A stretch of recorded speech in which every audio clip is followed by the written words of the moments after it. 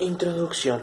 En este trabajo hablaremos sobre la biodiversidad y sobre cómo es en México. Para empezar, la biodiversidad es la variedad de la vida en nuestro planeta, que incluye tanto especies de animales, plantas y microorganismos, como la biodiversidad dentro de cada especie. Entre las distintas especies, así como la variabilidad de los ecosistemas entre sí. Se dice que este término se creó en los años 80 por un grupo de biólogos. La biodiversidad constituye el principal patrimonio natural de la humanidad, pues depende de ella para su alimentación, obtención de medicinas, producción de bienes y servicios, entre otros aspectos. En términos de biodiversidad, la República Mexicana es identificada como una de las 5 regiones más importantes del mundo, debido a la amplia superficie de territorio mexicano. Se presentan diversos ecosistemas y dentro de ellos los recursos genéticos forestales se encuentran presentes. En la región sureste de México se encuentran los ecosistemas tropicales áridos, acuáticos y subacuáticos. Dentro de dichos ecosistemas encontraremos selvas, bosques, mesófilo de montaña, manglares, palmares y sabanas. Se dice de que vegetación forestal tiene bastante en común con Centroamérica y Cuba, lo cual puede ser de gran importancia científica para todos los países que comprenden la región, en la realización de proyectos internacionales o bien nacionales de conservación, de mejoramiento genético de diferentes especies arbóreas de intereses comunes. Veremos que México cuenta con 67 parques ecológicos, 34 reservas, 17 santuarios y 4 monumentos naturales, además en uno de ellos de los 17 países con más diversidad a nivel mundial. Cuenta con cerca de 2.000 especies diferentes equivalentes al 10% total de la población de flora y fauna que existe en el planeta, convirtiéndolo en uno de los países denominados megadiversos. Por su amplia biodiversidad, México se encuentra en los primeros lugares en las listas de especies tanto de flora como fauna, ya que se han encontrado 26.000 tipos de plantas, 282 especies de anfibios, 707 variedades de reptiles y 439 mamíferos hasta el momento. Estas cifras, comparadas con otros lugares a nivel mundial, colocan al país como uno de los más importantes en la riqueza natural. De acuerdo con lo anterior, México es el país con mayor diversidad ecológica de América Latina y el Caribe, ya que dentro de sus límites políticos se encuentran los 5 diferentes ecosistemas, 9 de los 11 tipos de hábitats y 51 de las 191 ecorregiones que existen en el planeta. Hablando de ecosistemas, México y Brasil son los países más diversos de América, seguidos por Colombia, Argentina, Chile y Costa Rica. A nivel mundial, tan solo China e India compiten con México por su diversidad vegetal. La industrialización de la agricultura puede incluir prácticas como el uso de tractores para arar la tierra y cosechar, la aplicación de fertilizantes y pesticidas, el riego controlado y un control de calidad muy estandarizado que lleva a la selección de productos homogéneos y con características particulares. Muchas actividades humanas han impactado negativamente a la diversidad en todos sus niveles. En lo que se refiere a la diversidad genética, un gran número de especies han perdido poblaciones enteras y por lo tanto gran parte de su acervo genético, a partir de los procesos como la deforestación, el cambio del uso del suelo y la degradación de los ecosistemas naturales. La pérdida de la biodiversidad a nivel de los ecosistemas obviamente está relacionada con los dos niveles anteriores, el genético y el de especies, pues la diversidad genética y la diversidad de especies existen en el contexto de los ecosistemas. Las especies y la diversidad genética se ven amenazadas en la medida en la que la integridad de los ecosistemas se ve amenazada. La sobreexplotación es la extracción de individuos de una población a una tasa mayor de su reproducción. Cuando esto sucede, la población disminuye. Esta ha sido la historia de muchas de las especies que se han explotado por distintas razones. Las ballenas, los peces, venados, los cactos, orquídeas. Muchos de ellos ahora se encuentran en peligro de extinción. Algunas especies son más vulnerables que otras. Esto por sus características biológicas como la distribución restringida, la abundancia baja, la alta tasa de mortalidad y la tasa de reproducción baja, entre otras. Las actividades de cacería, de tala, de pesca, el comercio ilegal de especies con distintos fines, todos estos afectan a las especies al sobreexplotar sus poblaciones. Los compradores de organismos y productos ilegales son cómplices de la sobreexplotación. Las regulaciones sobre el aprovechamiento de las especies mexicanas se encuentran en diversos tipos de normatividad. Existen restricciones de comercialización de las especies en riesgo a nivel nacional y a nivel internacional.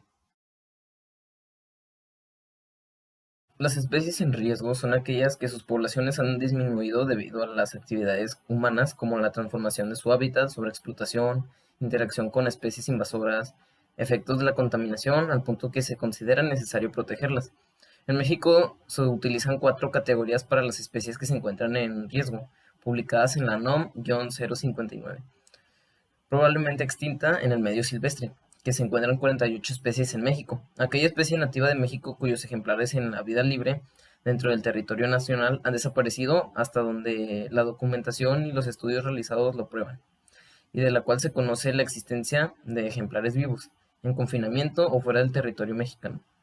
En peligro de extinción, con 535 especies en México, aquellas especies cuyas áreas de distribución o tamaño de sus poblaciones en el territorio nacional han disminuido drásticamente, poniendo en riesgo su viabilidad biológica en todo su hábitat natural, debido a factores tales como la destrucción o modificación rástica del hábitat, aprovechamiento no sustentable, enfermedades o depresión, entre otros. Esta categoría coincide parcialmente con las categorías en peligro crítico y en peligro de extinción de la clasificación de la IUCN. En 2002 culminó un primer ejercicio para la modificación de dicha norma. Esta nueva versión presentó criterios más objetivos para la inclusión de especies, información mínima necesaria y mayor precisión en las categorías. Se eliminó la categoría rara y se incluyó la categoría probablemente extinta en el medio silvestre. Además, se definió el método de evaluación del riesgo de extinción de especies silvestres en México, la MER, entre otros cambios.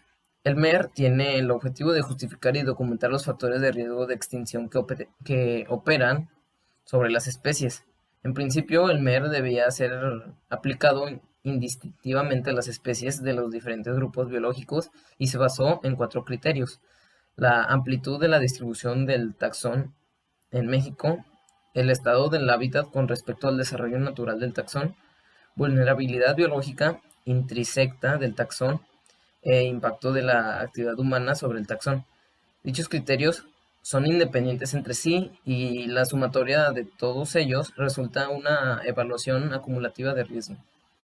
El problema planteado son la sobreexplotación de individuos de una población a una tasa mayor a la de su reproducción y las actividades de cacería, la tala de árboles, la pesca, el comercio ilegal, pues todo eso afectan al sobreexplotar sus poblaciones. Y las causas son la obtención de alimentos y agua y el uso de materia prima para la industria. Yo les voy a hablar sobre la hipótesis. Soy Jesús García. Sin duda alguna, podemos decir que la principal amenaza a la biodiversidad somos nosotros los seres humanos, ya que hemos explotado el mundo. Hemos utilizado técnicas como la pesca, que son técnicas que utilizamos para sobrevivir, que utilizaban. Estas acciones en sí no son el problema, sino la intensidad con la que se llevan a cabo en las últimas décadas. Expertos de la Comisión Nacional para el Conocimiento y Uso de la Biodiversidad, CONABIO, refieren que en nuestro país se han clasificado hasta la fecha entre 21.073 y 23.424 plantas vasculares, 564 mamíferos, entre 1.123 y 1.150 aves, 864 reptiles y 379 anfibios, además de hongos, microorganismos y la diversidad genética. La pérdida de la biodiversidad no es un problema solamente en México, sino también es un problema de todo el mundo global, causado por la caza excesiva de especies, la contaminación del aire, agua, suelo y la sobreexplotación de recursos, que trae efectos como un desequilibrio en cadenas alimentarias La mejor solución sería castigar a los que realizan esto sin control, cuidar y preservar nuestra biodiversidad. Lo que nos hace falta por hacer es actuar y realizar un cambio positivo en nuestro planeta y su biodiversidad que nos ayudan a la supervivencia en nuestro planeta. En México hay 148 áreas naturales protegidas que ocupan una superficie de 17.3 millones de hectáreas. Esto corresponde a 7% de la supervivencia terrestre del país y 17% de la superficie del mar territorial. Las áreas protegidas terrestres más extensas son las reservas de la biosfera El Vizcaíno, Calakmul, El Pinacante y Gran Desierto de Altar. Entre las marinas están las reservas de la biosfera, Alto Golfo de California y delta del río Colorado, el archipiélago de Revillagigedo, frente a las costas de Colima, los parques nacionales, arrecifes de alacranes frente a la costa de Yucatán y Bahía Loreto en Baja California Sur. Bueno, eso ya es todo de mi parte. Pasemos con mi siguiente compañero. El desarrollo sustentable debe seguir un proceso en el que participen todos los agentes económicos, familia, empresa, gobierno y sector externo, es decir, la sociedad en general. La población de un país es un recurso muy valioso que, al ser capacitada y sensibilizada, puede lograr contribuir a lograr el desarrollo sostenible y sustentable. Para que exista una relación armónica entre la sociedad y la naturaleza, se debe de prever oportunamente los cambios ocasionados por actividades humanas con el fin de disminuir conflictos. La finalidad del desarrollo sustentable es lograr un bienestar social más armónico, justo y equitativo, y así permitir a la sociedad satisfacer sus necesidades, pero sin arriesgar los recursos de las generaciones futuras. Existen organizaciones encargadas de llevar a cabo acciones para conservar nuestros recursos, evitando el deterioro de las bases física y biológicas de los ecosistemas, paralelas al crecimiento económico, que busquen como objetivo mejorar la distribución de la riqueza y la calidad de vida de la población.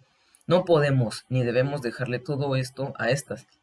No olvidemos que todos somos parte del problema y de este mundo, y con lo que se haga en el presente podremos también construir y formar parte de la solución del futuro. Desde una perspectiva global para cada país, considerando el desarrollo, se debe ajustar micro y macro políticas de acuerdo a los objetivos y metas identificados a esta visión. La sustentabilidad ambiental es importante para conservar la capacidad de los ecosistemas y producir recursos naturales que no pongan en riesgo a las generaciones futuras.